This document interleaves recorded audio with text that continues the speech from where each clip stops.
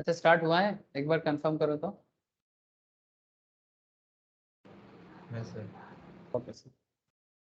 अच्छा चलो मैं स्क्रीन भी शेयर करता हूँ, बट बिफोर दैट आपको मैं बताना ये चाहता हूँ कि सर आज का जो डिस्कशन है, discussion is about capital market basics. ऐसे आप लोग काफ़ी डिटेल्स में म्यूचुअल फंड्स वगैरह पढ़ रहे हो सर, मुझे पता है। स्टॉक मार्केट का भी आप लोग अच्छे से पढ़ाई करते हो, शेयर मार्केट में कोई कोई करते हो, बट मैं आपको कुछ लीगल वे में कुछ पॉइंट्स हैं जो सीएस एग्जीक्यूटिव में थोड़ा डिटेल्स में आता है, मैं उसी पे थोड़ा सा फोकस करूँगा। सिक्योरिटी मार्केट लॉ के मैक्सिमम लॉ आप लोगों को मैं कवर कर दिया। अगर कोई लॉ अभी भी बाकी है, मुझे थोड़ा सा इंटीमेट करना सर, मुझे बताना कि कौन सा लॉ बाकी है, मैं वो भी करा दूंगा। बट मैं अभी थोड़ा कैपिटल मार्केट बेसिक्स में फोकस कर रहा हूँ। स्क्रीन शेयर करके दिखाता हूँ आपको कि क्या डिस्कशंस मेनली करना है।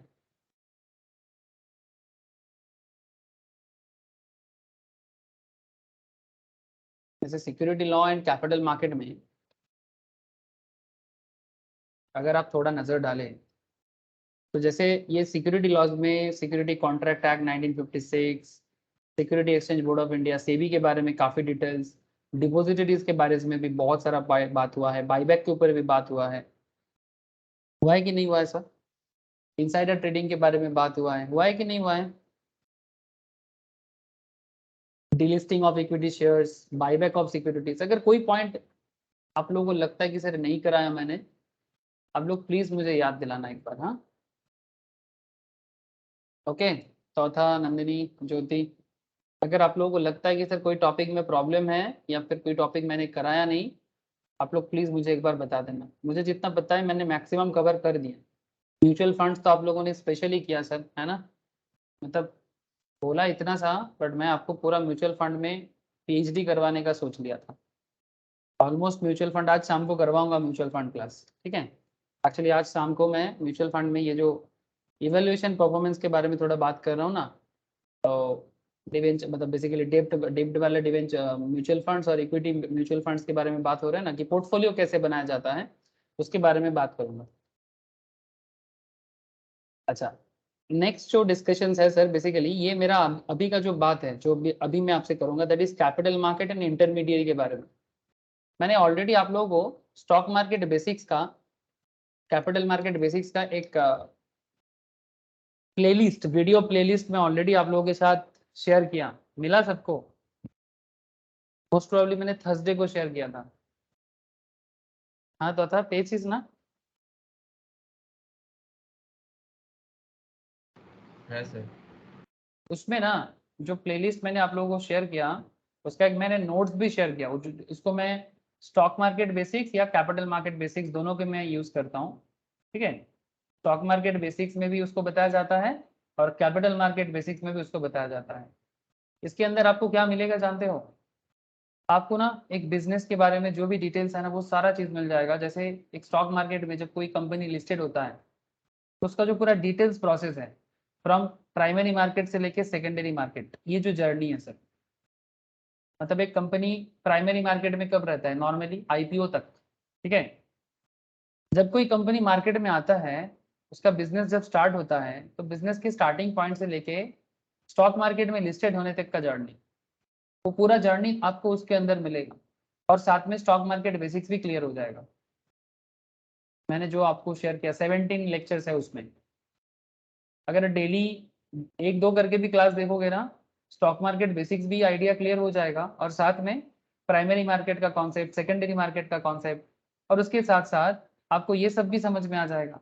ये सब ये जो सेकेंडरी मार्केट के अंदर आप देख रहे हो sir, development of stock market and it's operations, trading mechanism, block and bulk deals, ठीक है, सेंसेक्स निफ्टी, ठीक है। फिर आप यहाँ पर देख सकते हो, लास्ट की तरफ जाओगे, मतलब जो मैंने नोट्स क्लास आपको शेयर किया वीडियोस, उसके एंड पे तरफ जाओगे ना, लास्ट कुछ लेक्चर्स हैं जहाँ पर आरबीआई का काम, आरबीआई पॉलिसी, फेड पॉलिसी मतलब RBI policy, inflation index control कैसे होता है, सीपीआई क्या होता है, डब्ल्यूपीआई क्या होता है। सीपीआई क्या होता है? Any idea sir? Consumer price index. Market में जो रिटेल इन्फ्लेशन चलता है ना, रिटेल इन्फ्लेशन जो चलता है, जो कंज्यूमर के लिए चलता है, वो इन्फ्लेशन के बारे में काम करता है। CPI, WPI मतलब होलसेल प्राइस इंडेक्स, ठीक है। तो ये retail price index, wholesale price index, इसके बारे में बात किया गया है। और एक इंटरमीडिएट भी आपको एकदम स्टार्टिंग ऑफ द क्लासेस में मिलेगा, ठीक है, कि कौन कौन स्टॉक मार्केट में है, कौन चलाते हैं मार्केट को, ठीक है, इंटरमीडिएट का रोल क्या है, मार्केट बैंकर क्या करता है, स्टॉक ब्रोकर क्या करता है, ठीक है, इनके बारे में बात किया गया। प्लीज एक बार गो थ्रू करना। फिर लास्ट में मैं आपको ये वाला एक स्पेशल टॉपिक रहेगा जो internal audit of intermediates by company secretary, ये मैं बाद में बताऊंगा आपको, ठीक है। ये एक टॉपिक में मैं अलग से डिस्कशन करूंगा।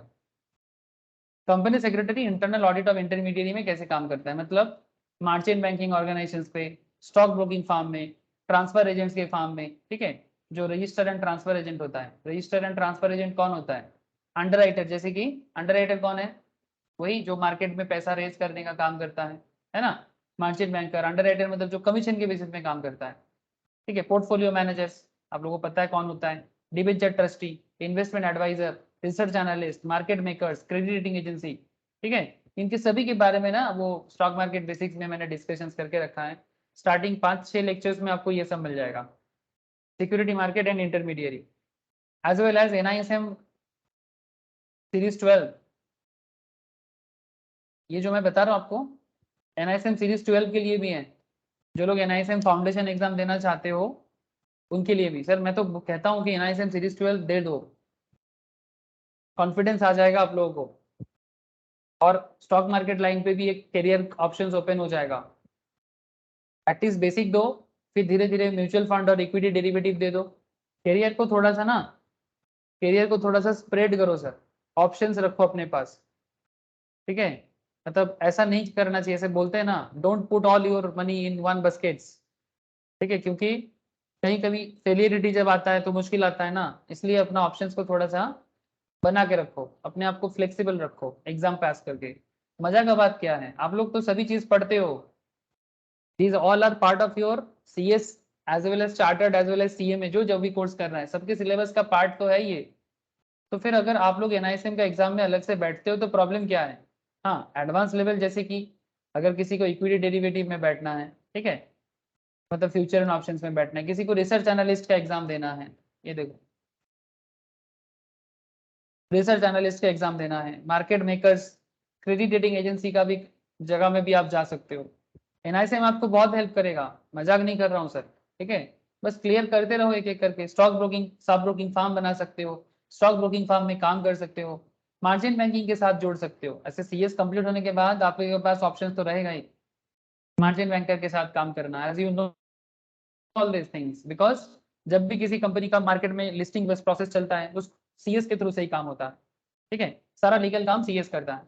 तो आप लोग, बस इतना कहना चाहूंगा sir, basics of stock market, basics of capital market को बनाओ, और NISM भी साथ में दे दो एक बार।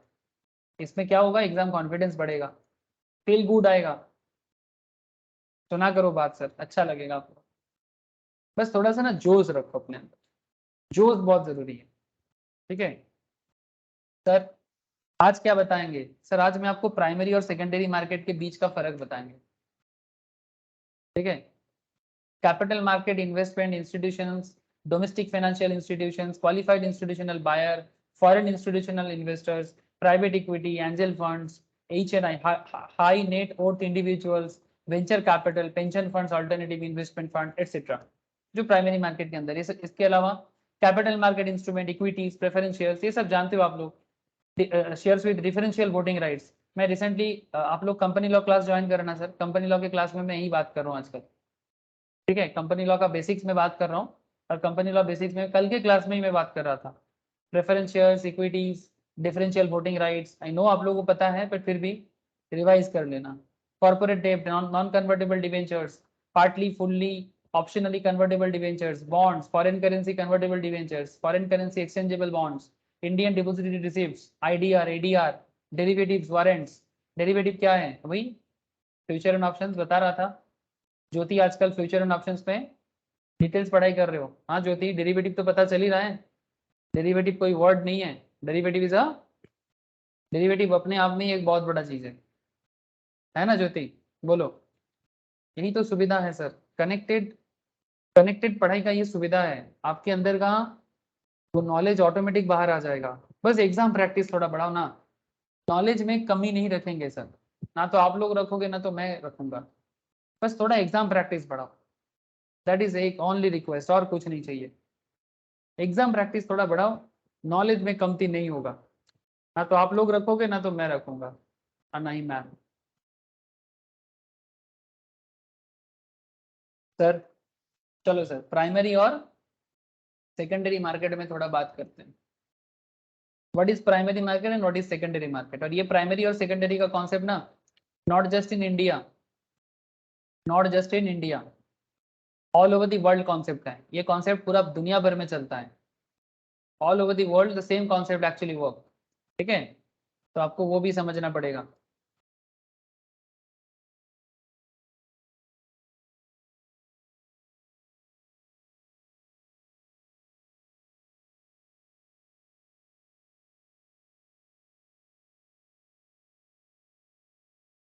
एक सेकेंड, पीडीएफ डाउनलोड कर लेते हैं।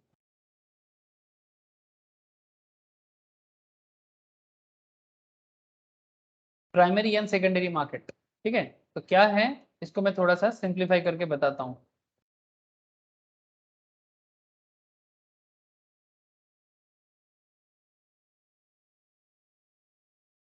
इमेज दे रहा था, इमेज नहीं है, छोड़ो सर। टेस्ला है, एप्पल है, ठीक है, बाद में देखता हूँ, अगर ऐड होता है तो ठीक है, नहीं तो नोट शेयर कर दूंगा। अच्छा, तो फिर प्राइमरी मार्केट है क्या, सेकेंडरी मार्केट है क्या, इसके बारे में थोड़ा डिटेल्स नॉलेज लेना है सर। जैसे मैं आपको थोड़ा सा आईपीओ के बारे में लेके लेके चलता हूँ, एक सेकंड। आईपीओ में सेबी के साइड में चलता हूँ एक बार।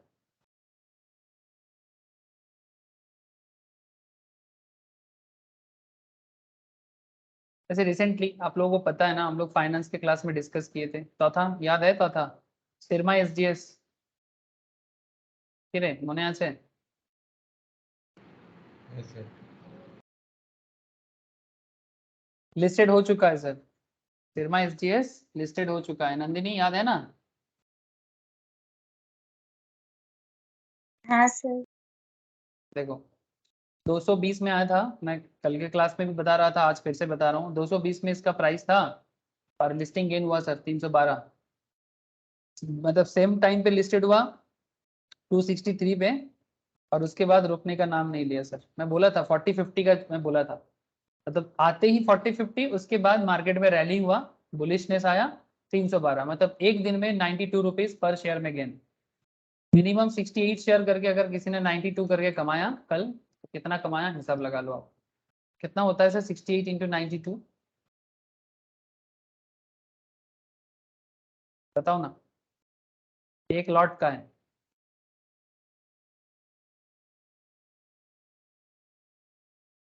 কত হচ্ছে রে 6256। 6256 सर। ये आपका प्रॉफिट है। और जैसे कि मैं भी, हम लोग क्लास में बहुत कॉन्फिडेंस थे सर, है ना, कि ये स्टॉक बढ़ेगा, तो कॉन्फिडेंस काम आया। बट मैं आपको अभी उसके बारे में बात नहीं कर रहा हूँ, बस ये खबर आपको दिया कि जैसे हम लोग क्लास में बात कर रहे थे, फाइनेंस के क्लास में, तो एग्जैक्टली कैसे हुआ वो आपको मैं दिखाया।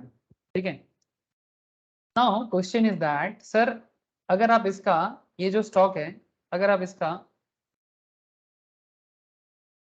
होल्डिंग देखोगे ना, कंपनी जब आया था ना मार्केट में, तो यहाँ पर अगर आप इसको रीड करते हो,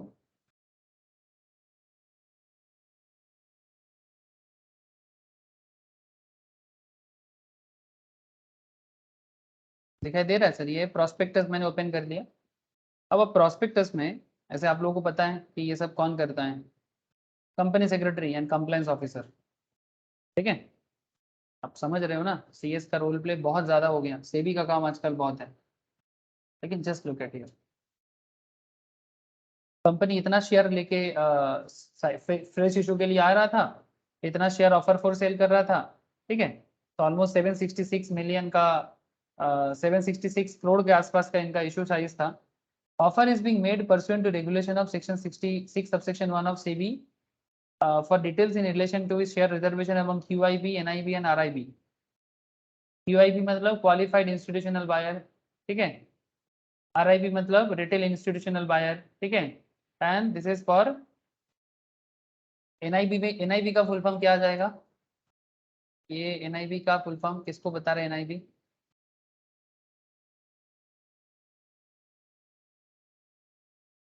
NIB किसको बता रहे हैं?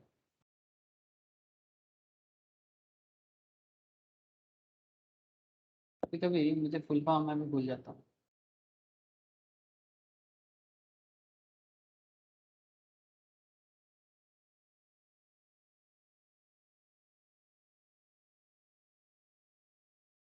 नॉन इंस्टीट्यूशनल बायर बता रहे हैं ये लोग, ठीक है। सही है सर, नॉन इंस्टीट्यूशनल बायर मतलब रिटेल नहीं है बट इंस्टीट्यूशंस भी नहीं है, मतलब कोई इंडिविजुअल अल्ट्रा हाई नेट मतलब जो high net worth individual like Jhunjhunwala sir जैसे थे, रामदेव अग्रवाल जैसे थे, अभी भी है, ठीक है। इनको बता रहे हैं सर, ठीक है। तो मैं बस आपको इतना कहना चाहता कि आप यहाँ पर देखो, जैसे आप यहाँ पर देख सकते हो ना, QIB, FPI, ठीक है, private equity, angel funds, HNI, इसी तरह का बात मैं कर रहा हूँ, ठीक है। मतलब कौन कितना किसके लिए कितना बेसिकली प्रोविजंस रखा गया है स्टॉक को होल्ड करने के लिए, ठीक है, कि किसके लिए कितना परसेंटेज रहेगा, तो वो बता देता है सर। इसका पूरा यहाँ पर डिटेल्स में बता के रखा है कि किसके लिए कितना जाएगा, ठीक है। आप ये सब रीड करना सर, बहुत काम आता है। जब भी रीड करोगे ना, रियल लाइफ में क्या होता है आपको समझ में आ जाएगा। ये देखो, बुक रनिंग लीड मैनेजर्स, ठीक है, यहाँ पर एक कॉन्सेप्ट आएगा आपके सिलेबस में ही, मैं दिखाता हूँ आपको।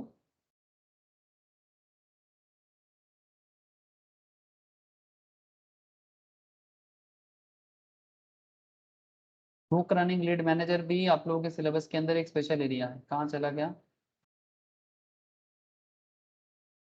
PRLM मतलब जो बेसिकली कंपनी मार्केट में कंपनी को लाने का पूरा काम करता है, ठीक है। चलो गया role of merchant bankers, merchant bankers के बारे में बोला, अंडर राइटर के बारे में बोला, PRLM भी तो था, कहाँ चला गया? ऊपर रह गया क्या?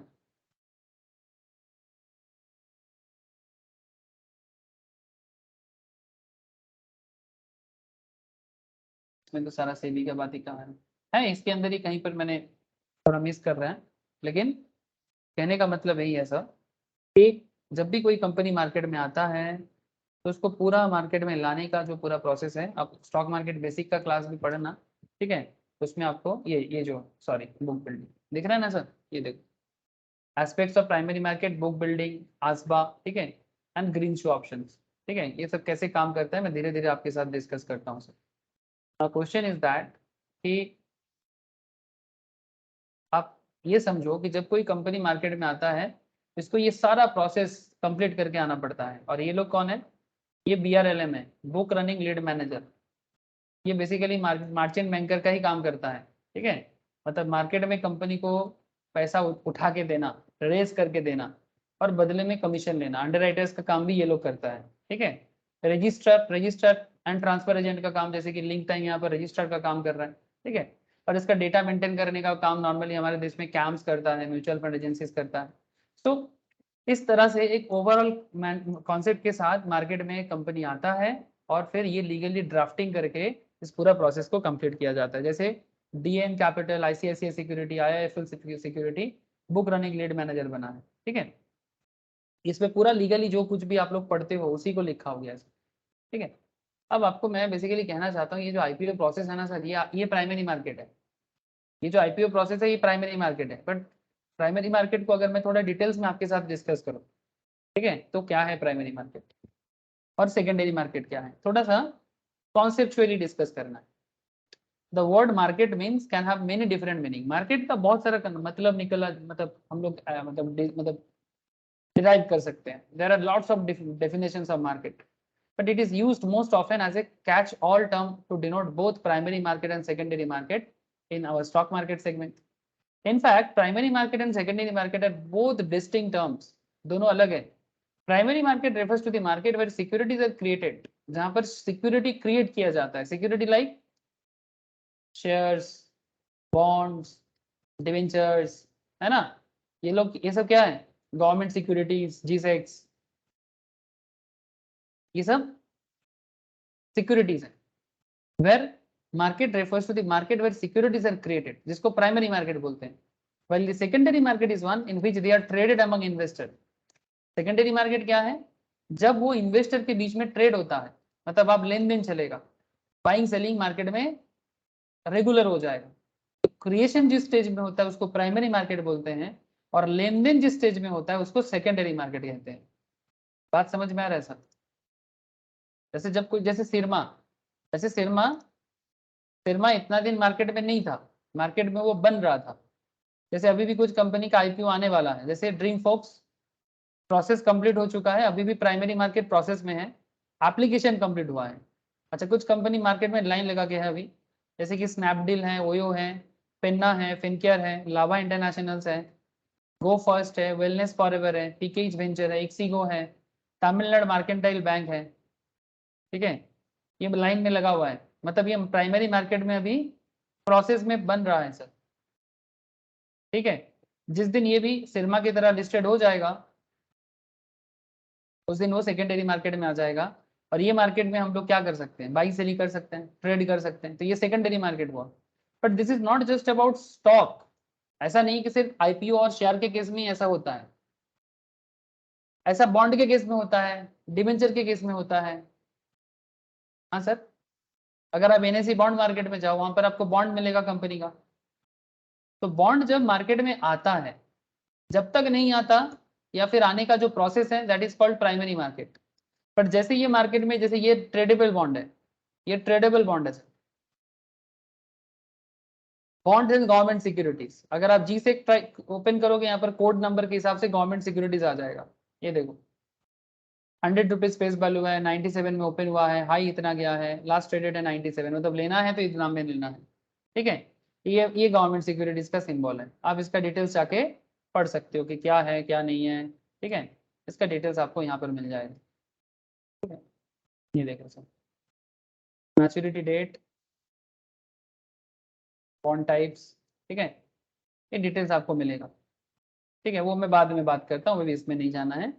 ये करेंटली ये दाम में चल रहा है गवर्नमेंट बॉन्ड्स। ठीक है, कितना दिन के लिए लेना है नहीं लेना है उसके बेसिस में काम करता है। तो ये गवर्नमेंट ऑफ इंडिया का है सर, ये गवर्नमेंट बॉन्ड्स है। अब एनएससी से भी ये ट्रेडेबल बॉन्ड है, कुछ नॉन ट्रेडेबल बॉन्ड भी होते हैं मैक्सिमम। ठीक है, ये ट्रेडेबल बॉन्ड है, ये मार्केट में ट्रेड होता है, इसलिए इसका दाम भी अप एंड डाउन होता है। तो what is the concept sir? चाहे वो शेयर्स हो, चाहे वो डिवेंचर्स हो, चाहे वो बॉन्ड हो। ठीक है, चाहे वो शेयर्स हो, चाहे वो डिवेंचर हो, चाहे वो बॉन्ड हो, आप मार्केट से ले सकते हो, लेकिन ये सेकेंडरी मार्केट है।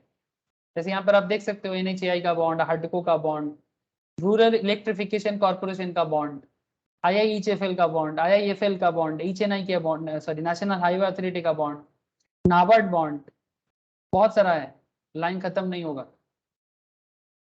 एलएनटी, श्रीराम ट्रांसपोर्ट प्राइवेट भी है, बॉन्ड में प्राइवेट बॉन्ड भी है, एलएनटी प्राइवेट में आता है, एनटीपीसी सरकारी में आता है, श्रीराम ट्रांसपोर्ट प्राइवेट में आता है, टाटा कैपिटल प्राइवेट में आता है, इंटीग्रेट, इंटीग्रेट मोस्टली गवर्नमेंट का होगा क्या, मुझे एग्जैक्टली याद नहीं आ रहा। इंडिया बुल हाउसिंग, समझ रहे हो सर? हेलो नंदिनी तथा बोझा যাচ্ছে ज्योति, क्लियर हो रहा है? बोलो। हाँ sir.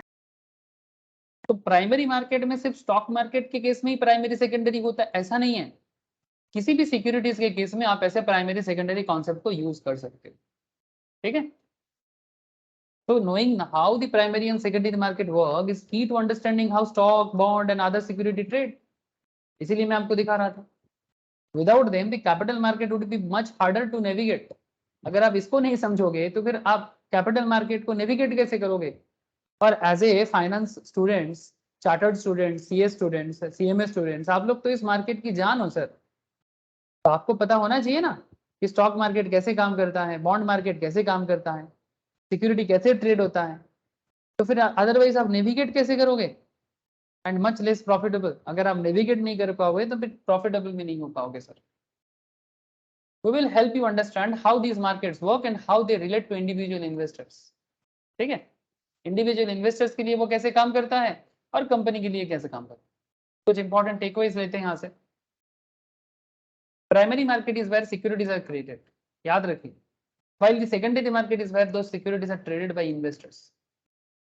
In the primary market, companies sell new stocks and bonds to the public for the first time, such as IPO, जैसे कि सिरमा का रिसेंट एनालिसिस, और भी आ रहा है, ड्रीम फोक्स भी आ रहा है, ये भी अच्छा जाएगा।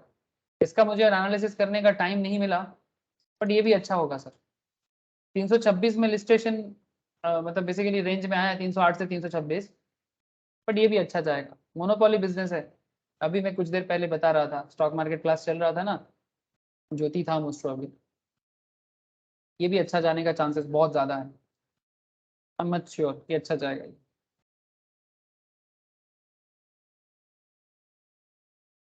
अच्छा, वापस आ जाते हैं।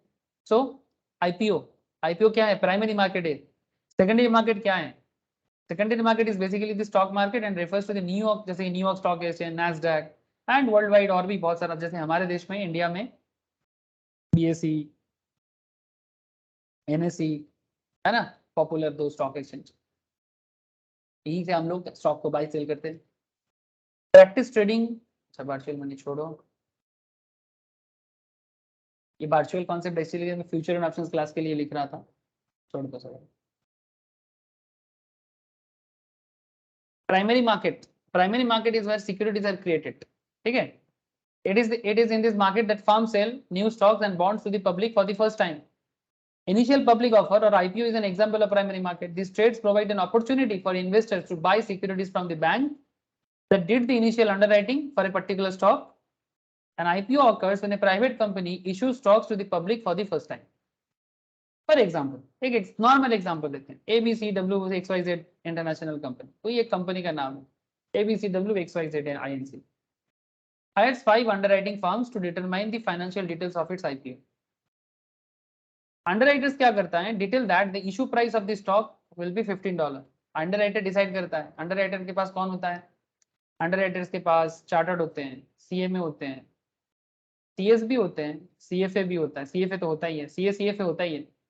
अंडरराइटर्स में एनालिस्ट बैठा होता है सर, या फिर कोई भी रिसर्च एनालिस्ट जो CS ना भी किया है, सिर्फ NISM करके ही चला गया, ऐसा भी हो सकता है। ग्रेजुएशन करके NISM क्रैक करके नॉलेज गेन किया, रिसर्च एनालिस्ट बन गया। Concept is what? Concept is that कि आप अगर अंडरराइटर फर्म में काम करते हो तो वो डिसाइड करता है कि फर्म का प्राइस क्या होने वाला है। अगर जैसे मानो ये $15 है, जैसे हम लोग सिरमा में देखा 220 में सिरमा का डिसीजन लिया गया था, investor can then buy the IPO at the price directly from the issuing company. तो जो कंपनी अभी अंडरराइटर डिसाइड कर लिया, लेकिन इसको इशू कौन कर रहा है? इशूइंग कंपनी कर रहा है। जैसे यहाँ पर सिनेमा का इशू हुआ था 220 मैक्सिमम, प्राइस बैंड में इशू हुआ था 209 से 220, मैक्सिमम बिडिंग जिसमें होगा वो दाम नॉर्मली ज्यादा पॉपुलर हो जाता है। ज्यादातर लोग हाई बैंड में ही लोग इशू करता है, मतलब सब्सक्राइब करता है। ड्रीम फोक्स का 326 308 से लेके 326 का रेंज बना गया है। अंडरराइटर डिसाइड करता है कि क्या दाम में मार्केट में ये आना चाहिए, बट अल्टीमेटली कंपनी इसको इशू करता है। कंपनी ये काम अंडरराइटर को देता है, कंपनी ये काम अंडरराइटर को देता है। इसीलिए अंडरराइटर अकाउंट्स आप लोग करते हो मैम के पास, कंपनी अकाउंट्स का पार्ट है, अकाउंट्स ऑफ अंडरराइटर्स। वहां पर हिसाब किताब करवाया जाता है कि अंडरराइटर का क्या अकाउंट्स होता है, कंपनी कैसे उनका क्या हिसाब किताब होता है, क्या कैलकुलेशन रहता है। लेकिन आप जस्ट समझो कि मार्केट कैसे डिसीजन लेता है कि कोई कंपनी का स्टॉक का दाम क्या रहेगा। वो मार्केट कंपनी नहीं डिसाइड करता है, अंडरराइटर जो कंपनी को वैल्यूएशन करके देखते हैं, कंपनी का मार्केट से पैसा रेज कराने का पूरा काम करता है और बदले में अपना बड़ा अमाउंट का कमीशन लेता है। Investor can then buy the IPO to the price directly from the issuing company, जैसे कि मैंने लिया रिसेंटली, ठीक है, अदानी लिया था कुछ दिन पहले, अदानी विल्मर, उसका भी अच्छा जा रहा है सर, आप लोगों में उसके भी डिस्कशंस किया था। तो this is the first opportunity that investors have to contribute capital to a company. जब IPO आता है तो किसी भी कंपनी में इन्वेस्टर का फर्स्ट टाइम कंट्रीब्यूशन करने का मौका मिलता है through the purchase of the stock. A company's equity capital is comprised of the funds generated by the sale of stock in the primary market. तो प्राइमरी मार्केट में company का जो contribution create हुआ उसी से कंपनी का fund generate हुआ।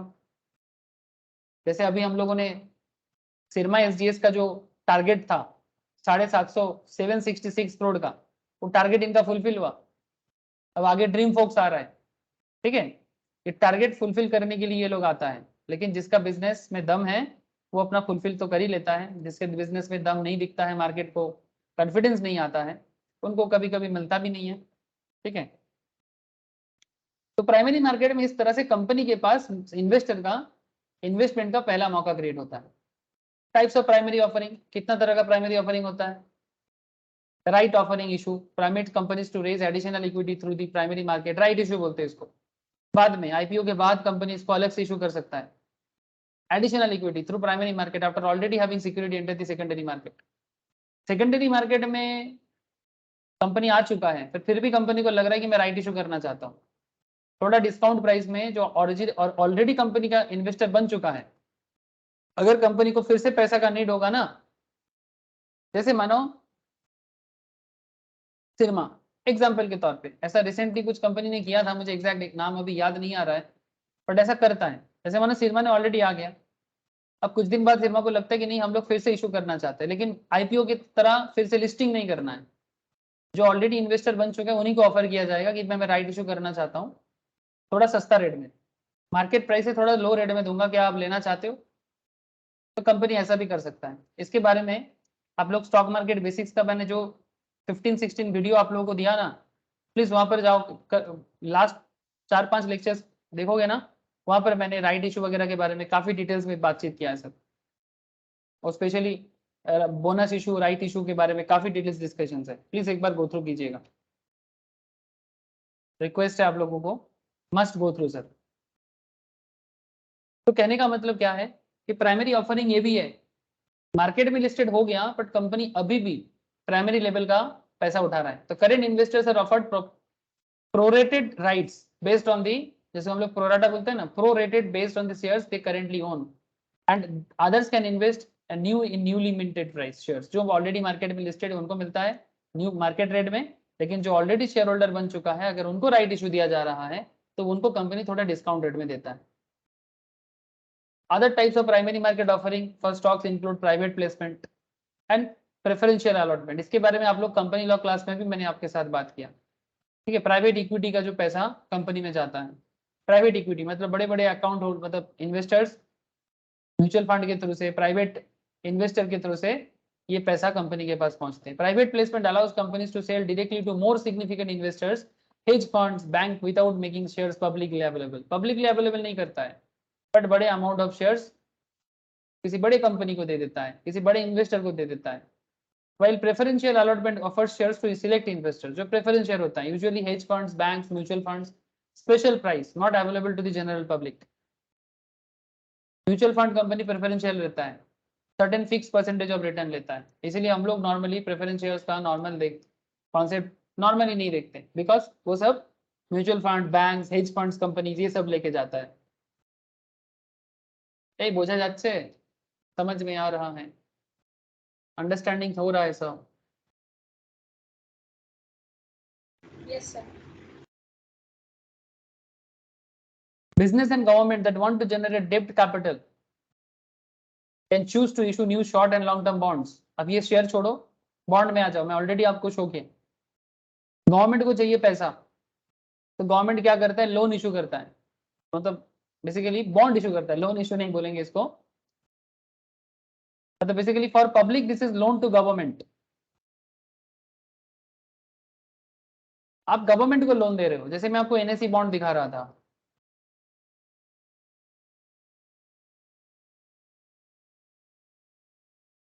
से for example national highway authority का ये वाला बॉन्ड एनी सीरीज का है, रेगुलर है, टैक्स फ्री में नहीं है, कूपन रेट है 7.69, इंटरेस्ट है इसका। आप लोगों को पता है इसका हिसाब कैसे होता है? अगर आप लोग फाइनेंशियल मैनेजमेंट का क्लास करते हो और वहां पर आप लोग कॉस्ट ऑफ कैपिटल किए हो, तो वहां पर मैंने बॉन्ड का कॉस्टिंग से करना सिखाया। फेस वैल्यू 1000 का है, मार्केट प्राइस 12-14 का हो रहा है, मतलब लेना है तो इस रेट में लेना पड़ेगा। मैक्सिमम मैच्योरिटी है इसका 9 मार्च 2031 को। क्रिसिल का रेटिंग एजेंसी है, क्रिसिल कौन है? रेटिंग एजेंसी है। ये भी आप लोगों का कैपिटल मार्केट में एक टॉपिक है सर, ये देखो कहाँ चला गया, क्रेडिट रेटिंग एजेंसीज, इसको इंटरमीडिएटीज कहते हैं। दिखाई दे रहा है सर? क्रिसिल, केयर, इसका मार्केट में शेयर भी है। फिच, कुछ पॉपुलर रेटिंग एजेंसी है, क्रिसिल का शेयर भी है मार्केट में।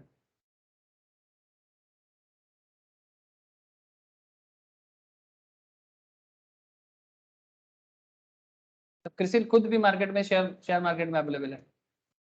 ये 2017-18 में, इसके बारे में मैंने शायद पहले भी आपको बताया, मैंने पहले भी आप लोगों के साथ डिस्कस किया। 2017-18 में आया था, 17 में अच्छा खासा दाम पे आया था सर। 1600-1700 का प्राइस था आईपीओ का, 1900 समथिंग में लिस्टेड हुआ था। उसके बाद कोरोना पीरियड में थोड़ा नीचे आया था, लेकिन सर अभी देखो 3300 में चल रहा है। मोनोपोली कंपनी है sir, duopoly, CRISIL, care, Fitch. Care तो अभी तक आया नहीं है, आने का बात चल रहा था। ठीक है, एसएनपी का है ये, अमेरिका का जो मतलब कंपनी है ना, एसएनपी, स्टैंडर्ड एंड पोर, उसी का रेटिंग कंपनी है क्रिसिल। हमारे देश में जो बीएसई है, बीएसई को भी यही बनाता है। न्यूयॉर्क स्टॉक एक्सचेंज को जो इंडेक्स है वो भी यही बनाते हैं, एसएनपी, बीएसई, एनवाईएसई। ठीक है, उन्हीं का सब्सिडरी है क्रिसिल। रेटिंग एजेंसी का काम बहुत बड़ा होता है सर। वो बिजनेस को वैल्यूएशन करके, बॉन्ड मतलब लोन को, बॉन्ड को, किसका क्या जरूरत है, सबको वैल्यूएशन करता है। वैल्यूएशन करके फिर रेटिंग देता है।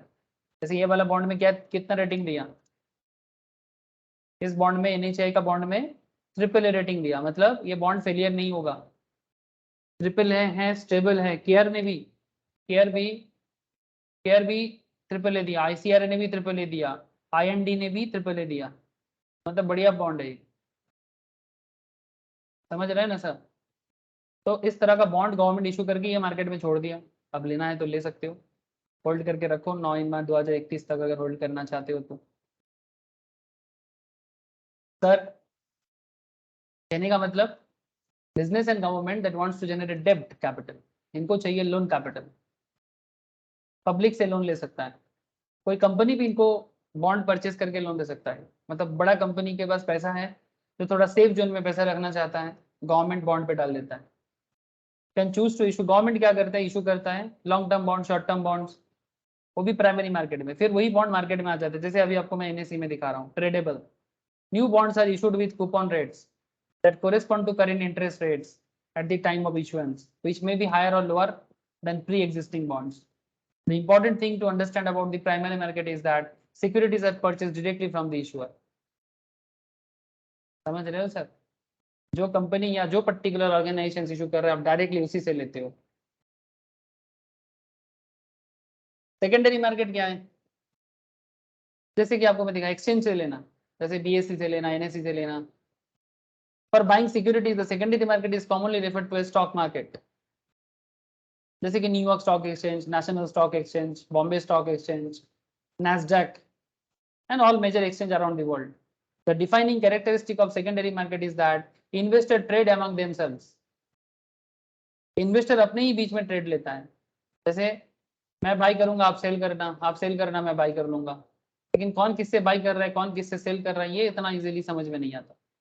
ह्यूज मार्केट है, ह्यूज ट्रेडर है, बहुत सारा ट्रेडर है। That is, in the secondary market, investor trade previously issued securities without the issuing company's involvement. इसमें issuing company का कोई involvement नहीं होता। For example, अगर आप न्यूयॉर्क स्टॉक एक्सचेंज से Amazon का शेयर खरीदना चाहते हो, you are dealing only with another investor who owns shares in Amazon. Amazon is not directly involved with these transactions. इस transactions में Amazon का कोई connection नहीं है। अगर आपके पास Amazon का शेयर है और मैं लेना चाहता हूँ आपसे, अगर आप मुझे बेचना चाहते हो, मैं आपसे ले लूंगा। इसलिए मार्केट में क्या चलता है, बिडिंग चलता है, इसको बीड आस्क बोलते हैं। Stock market basics, technical analysis, future and options trading, यहाँ पर ये सब बात बहुत डिटेल्स में करता हूं मैं, क्योंकि वहां पर ये बीड आस्क, ये वॉल्यूम, ओपन इंटरेस्ट, ये सब बात होता है।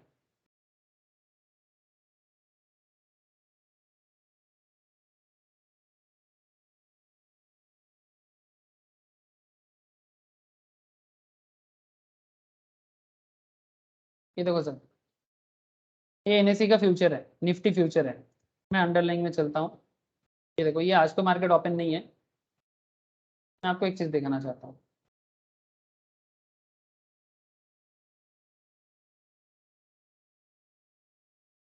अगर आप किसी स्टॉक का भी देखना चाहते हो,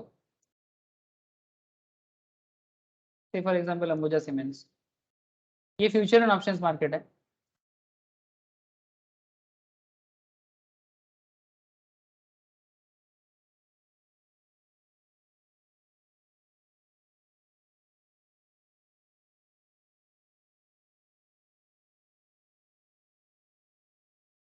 डेटा मिसिंग है क्या? आ गया, नहीं निफ्टी 50 आ गया।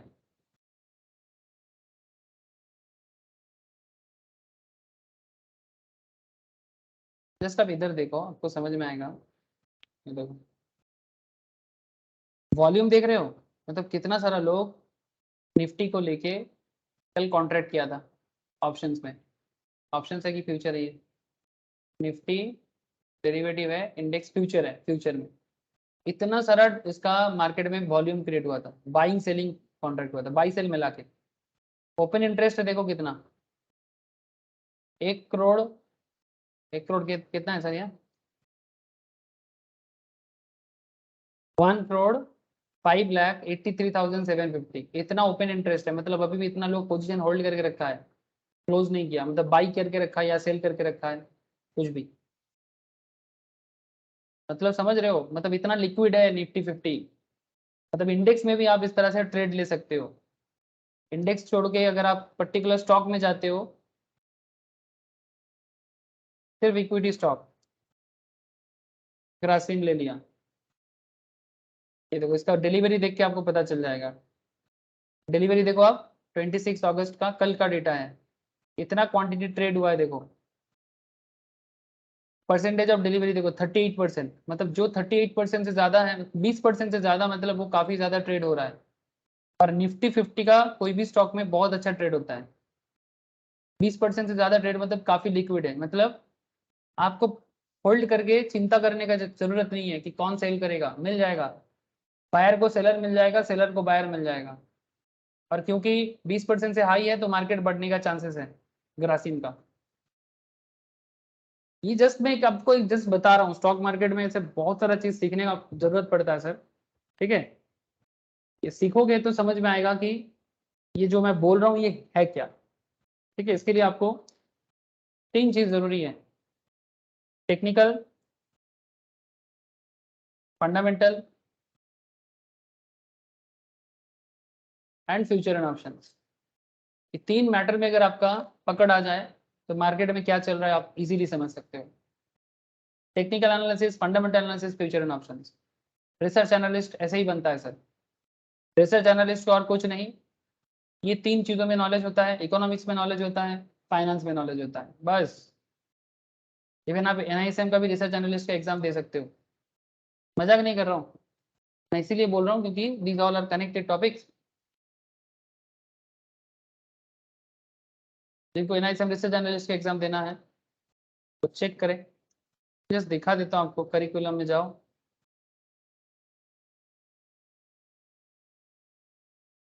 ये देखो सर। पहले कुछ बेसिक कॉन्सेप्ट होता है, रिसर्च एनालिस्ट क्या है नहीं है। फिर देखो इंट्रोडक्शन टू शेयर मार्केट, ये देखो जो आपको मैं सीएस में भी पढ़ा रहा हूँ, product definition, terminology, structure of security market, various market participants, मतलब intermediary, kinds of transaction, demat क्या है, रीमेटेरियलाइजेशन क्या है, ठीक है। इक्विटी एंड डेब्ट मार्केट में क्या क्या टर्म्स यूज होता है। उसके बाद आ जाता है फंडामेंटल ऑफ रिसर्च, फिर आ जाता है इकोनॉमिक एनालिसिस, जिसमें माइक्रो एंड मैक्रो दोनों आता है, micro economics as well as macro economics. फिर आ जाता है इंडस्ट्री एनालिसिस, जिसको हम लोग फंडामेंटल एनालिसिस बोलते हैं। फिर आ जाता है company and business analysis, financial analysis, मतलब बिजनेस बैलेंस शीट, पीएल वगैरह चेक करना। कॉर्पोरेट एक्शंस, जैसे कि मैं आपको बोला, जब कंपनी डिविडेंड इशू करता है क्या होता है, जब राइट इशू करता है क्या होता है, जब बोनस इशू करता है क्या होता है, जब स्टॉक स्प्लिट करता है क्या होता है, जब शेयर कंसोलिडेशन होता है तब क्या होता है। अकाउंट्स का नॉलेज भी इंपॉर्टेंट है, ये सब अकाउंट्स भी है, ये सब लॉ भी है। जब कंपनी मार्जर एंड एक्विजिशन करता है तब क्या होता है, वैल्यूएशन प्रिंसिपल्स, ये भी मैं फंडामेंटल में सिखाता हूँ। फिर जाके आप रिस्क रिटर्न, जैसे आजकल हम लोग बीटा भी सीखते हैं ना, बीटा को यूज करना है, थीटा को यूज करना है, ठीक है, अल्फा बीटा गामा सब यूज होता है, तब जाके एक गुड रिसर्च रिपोर्ट क्रिएट होता है, और तब जाके आप बाद में जाके किसी ना किसी अंडरराइटर फार्म में, किसी ना किसी ब्रोकिंग फार्म में आप टॉप लेवल ऑथोरिटी होल्ड कर सकते हो। ओ सर समझ में आ रहा है कुछ? थोड़ा फास्ट फास्ट बता रहा हूँ, लेकिन क्या समझ रहे हो सर बोलो। ये देखो technical analysis, technical, fundamental, quantitative and behavioural, ये 4-5 चीज पे आपका फोकस होने से ही आप रिसर्च एनालिस्ट बन जाओगे।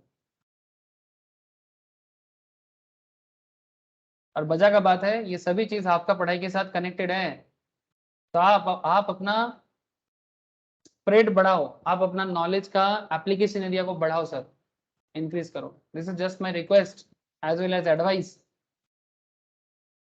Advice, so please try to do this. आपके पास ऑप्शंस खुला है सर, एक तरफा मत रहो। अच्छा चलो वापस आ जाते हैं नोट्स पे। तो अगर आप सेकेंडरी मार्केट से लेना चाहते हो अमेजन को, you are dealing only with another investors who own shares in Amazon.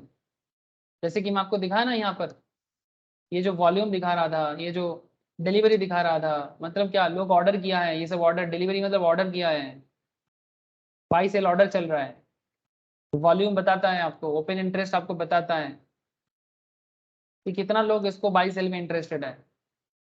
इसी तरह से क्या होता है सर कि स्टॉक पे लिक्विडिटी आ जाता है, तो इसमें कंपनी का कोई इशू नहीं है, कंपनी तो लिस्टेड हो चुका है, अब इन्वेस्टर देख लेगा। डेब्ट मार्केट में क्या होता है, डेब्ट मार्केट में प्राइवेट कंपनी भी हो सकता है, गवर्नमेंट कंपनी भी हो सकता है। इन डेब्ट मार्केट में बॉन्ड इज गारंटेड टू पे इट ओनर टू फुल पे पर वैल्यू एट मैच्योरिटी। इतना गारंटी तो है, पर वैल्यू तो मिलेगा ही, साथ में इंटरेस्ट मिलेगा। Cost of capital, financial management, उसमें सिखाया गया आप लोगों को, जिन्होंने भी कॉस्ट ऑफ कैपिटल याद करोगे याद आ जाएगा। पार वैल्यू में रीडिंग तो होता ही है, साथ में इंटरेस्ट में मिलता है, और अगर मार्केट में ट्रेडेबल है तो फिर कैपिटल गेन भी हो जाएगा। दिस डेट इज ऑफन में years down to the road, कभी कभी 1 साल 2 साल 3 साल भी होता है। Instead bond holders can sell bonds on the secondary market. अच्छा, मैच्योरिटी तक ना होल्ड करके आप सेकेंडरी मार्केट में बॉन्ड को सेल कर सकते हो, तभी उसको ट्रेडेबल बॉन्ड बोलते हैं। कहाँ चला गया ये जो बॉन्ड का लाइन लगा हुआ है, आप इसको, ट्रेडेबल है ये सब, आप इसको भी यहाँ पर भी सेल कर सकते हो, इसका भी ट्रेडिंग होता है। इवन आप ब्रोकिंग फार्म के थ्रू से भी कर सकते हो, एनएससी के थ्रू से भी कर सकते हो, ठीक है। मैं दिखाऊंगा कभी आप लोगों को कि कैसे आप बॉन्ड सेल कर सकते हो।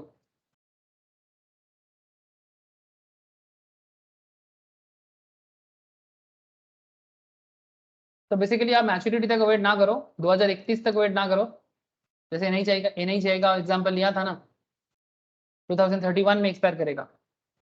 लेकिन अगर आपको लगता है कि नहीं मैं थोड़ा सा प्रॉफिट लेके, इंटरेस्ट रेट लेके करना चाहता हूँ, you can decrease your issuance of their bond, making it more valuable to other investors due to its relatively higher coupon rate. Secondary market can be further broken down into specialized category. Secondary market को फिर कुछ specialized category में divide किया जा सकता है. Auction market is there and dealer market is there. Sir, what is auction market? In the auction market, all individuals and institutions that went to trade securities, share हो, bond हो, congregate in one area and announce the price at which they are willing to buy and sell.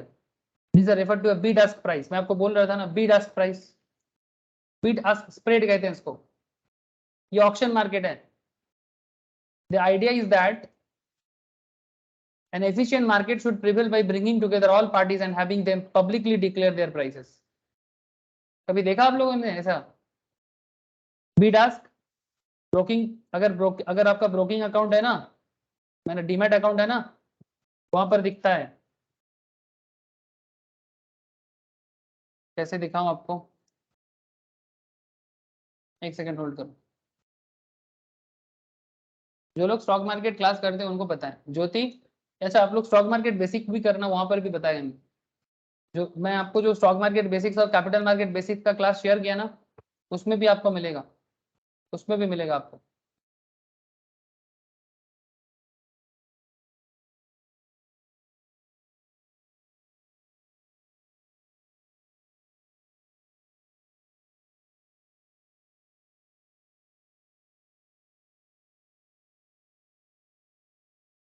Look at sir,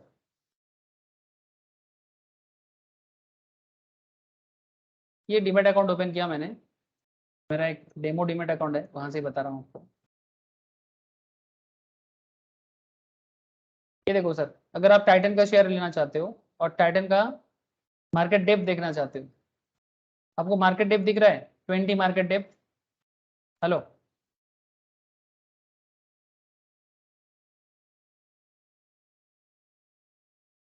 Yes, sir. है ना? ये देखो sir, Beed ask, Beed ask, या मैं आपको NSC में भी दिखा रहा था, ठीक है? अब यहाँ पर मैं ब्रोकिंग से दिखा रहा हूँ आपको, मतलब कितना लोग सडन टाइम में मार्केट को, जब मार्केट चलता है ना तब ये लाइव अप एंड डाउन होता है। ये तो आज सैटरडे है, लाइव मार्केट में आप चेक करना, ये 20 मार्केट डेप्थ, ये मार्केट डेप्थ में जो ऑक्शन चलता है ना इनके बीच में, कि टाइटन का शेयर, ये देखो सर, चल लास्ट क्लोज हुआ है 2532 में, बट बीट किया है कि 2669 में 7 शेयर देना चाहता है, मतलब बाई करना चाहता है, ठीक है? ऑफर देखो, ये 2669 बता रहा है, ये 2770। अच्छा देखो, ये तो कम ऑर्डर था, लेकिन ज्यादा ऑर्डर किस रेट में देखो, चेक जस्ट 2502 में 119 ऑर्डर है,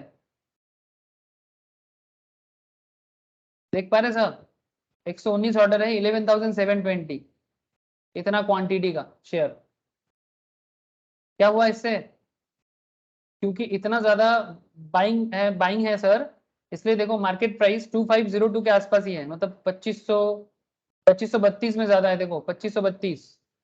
ये देखो इतना ज्यादा, इतना ऑफर है, 2786 ऑफर है, इतना क्वांटिटी का, मतलब जिस जोन में बायर सेलर का कंसेंट्रेशन ज्यादा होता है ना, मार्केट में वही प्राइस रिफ्लेक्ट करता है।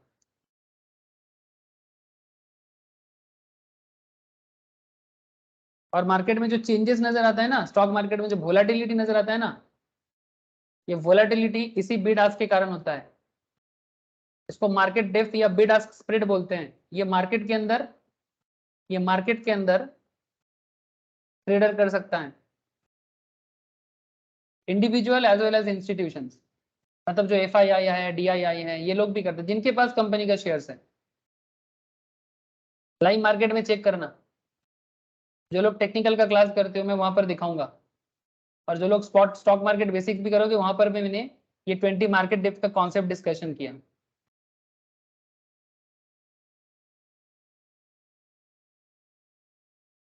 Congregate in one area and announce the price at which they are willing to buy and sell. These are referred to bid ask price. ऐसा FNO में भी होता है, फ्यूचर एंड ऑप्शंस में।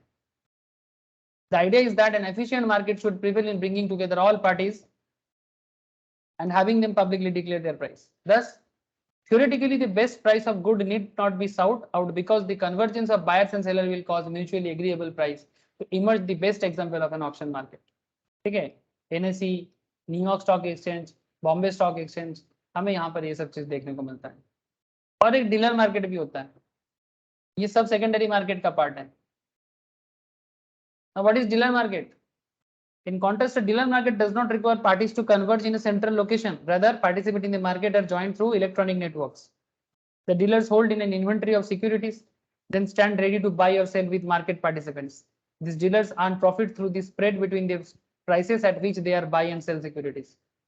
An example of dealer market is the Nasdaq, NSE, in which the dealers who are known as a market makers provide firm bid and ask price at which they are willing to buy and sell a security. The theory is that a competition between dealers will provide the best possible price for investors. जो stock dealer होते हैं ना, ये उनके बीच में चलता है। इसमें इंडिविजुअल्स का काम थोड़ा कम रहता है, जो डीलर का काम करते हैं, स्टॉक मार्केट डीलर, ये लोग वही काम जो मैं आपको दिखाऊं वही बिड आस्क, और इनके पास लार्ज चंक होता है। स्टॉक मार्केट के अंदर जाओगे ना तो आपको ये सब चीज बहुत सिंपल लगेगा। ओटीसी मार्केट भी एक होता है, आजकल कहीं कम है बट फिर भी ओवर द काउंटर बोलते हैं इसको। Sometimes you will hear a dealer market refer to as an over the counter.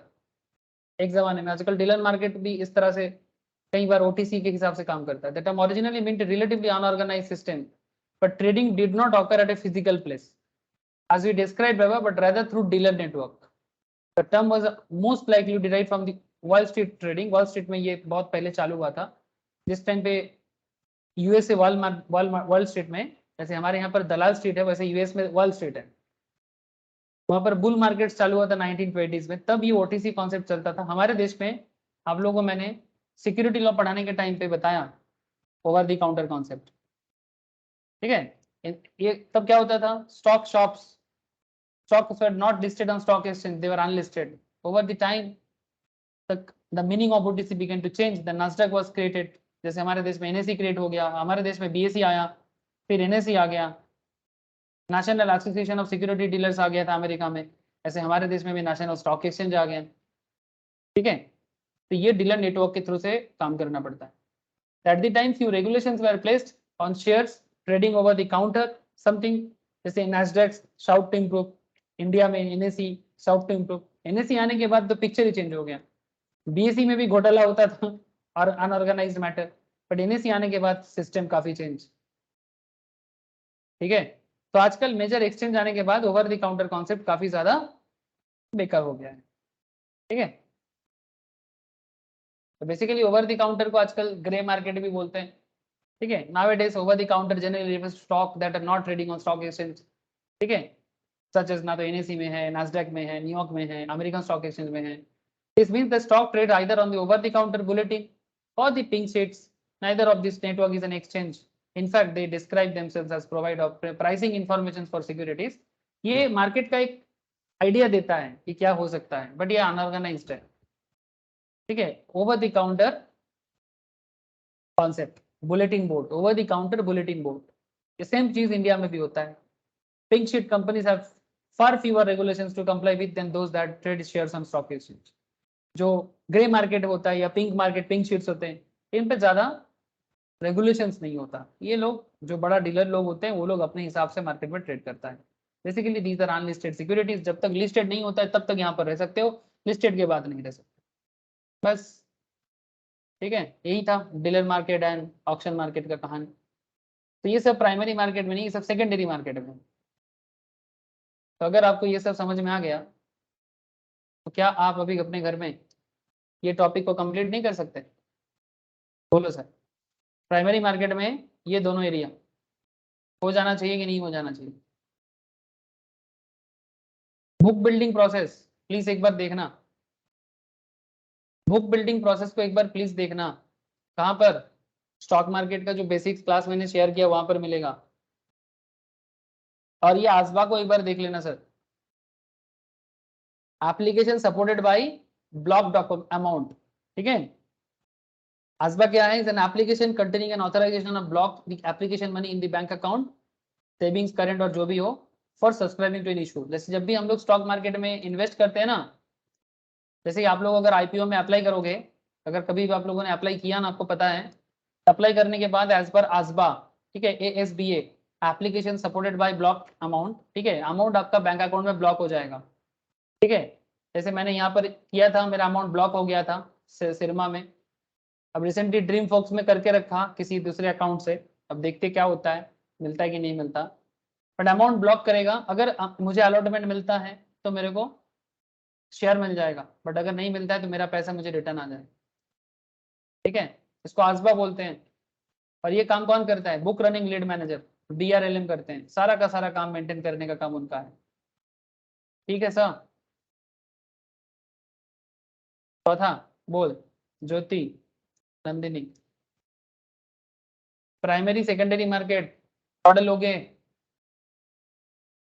Details के लिए मैंने आपको ऑलरेडी कुछ क्लास शेयर किया सर. फुल डिटेल्स, एक एक पॉइंट में डिटेल्स डिस्कशन है. प्लीज एक बार कर लो. अगर यहाँ पर आपको कोई डाउट क्रिएट होता है, यहाँ पर बहुत सारा पॉइंट है जो हम लोग कंपनी लॉ में भी पढ़े हैं.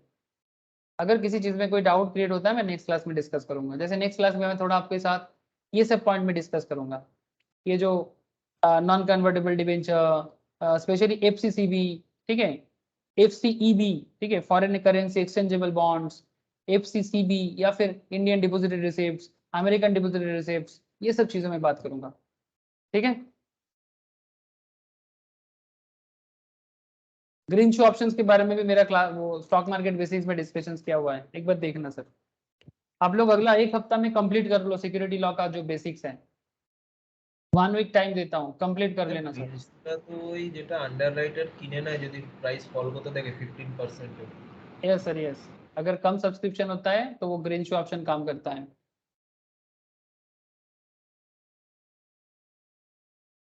आईपीओ में आता है नॉर्मली, सही बोला एकदम, ठीक है। ग्रीन शू ऑप्शन क्या है?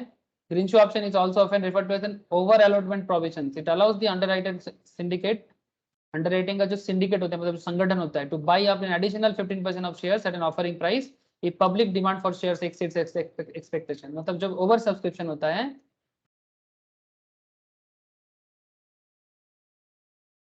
तो 15% एक्स्ट्रा और ज्यादा जो अंडरराइटर्स होते हैं वो परचेज करके शेयर अलॉट कर देता है ऑफर प्राइस पे। इसको ग्रीन शू ऑप्शन बोलते हैं। जैसे रिसेंटली इसके केस में तो ओवर सब्सक्रिप्शन हुआ था, आई थिंक 15% में हो गया, लेकिन ये जो आ रहा है ना सर, ये ड्रीम फॉक्स के केस में प्रॉब्लम होगा, देखते हैं कितना परसेंटेज ओवर सब्सक्रिप्शन होता है। जब भी ऐसा होता है अंडरराइटर क्या करते हैं, 15% एक्स्ट्रा अमाउंट ऑफर प्राइस में खरीद लेता है और जो एप्लीकेशन डालते हैं उनको दे देता है। तो आई होप सर क्लियर हो रहा है।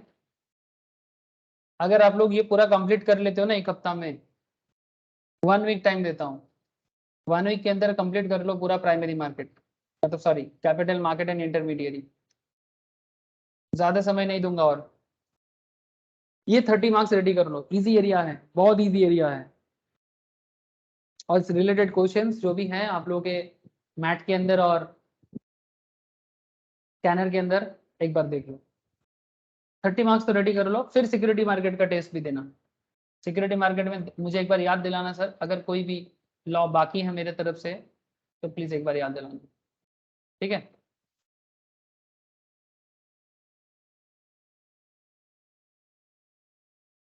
डोंट वरी सर, अच्छे से पढ़ो, अच्छे से पढ़ने से सब कुछ होता है। पूरा फोकस दो अपना, अपना वीकनेस को थोड़ा सा ठीक करो और अपना जो पॉजिटिविटी है उस पर पूरा जान डालो। दुनिया में होता नहीं ऐसा कोई चीज़ है नहीं सर, इंसान चाहे तो कुछ कुछ भी कर सकता है, आप लोग भी कुछ भी कर सकते हो, करके दिखाओ सर। ठीक है सर, आज इतना ही है, टाटा फिर bye. Bye sir. Okay sir, bye sir. Bye sir, Tata.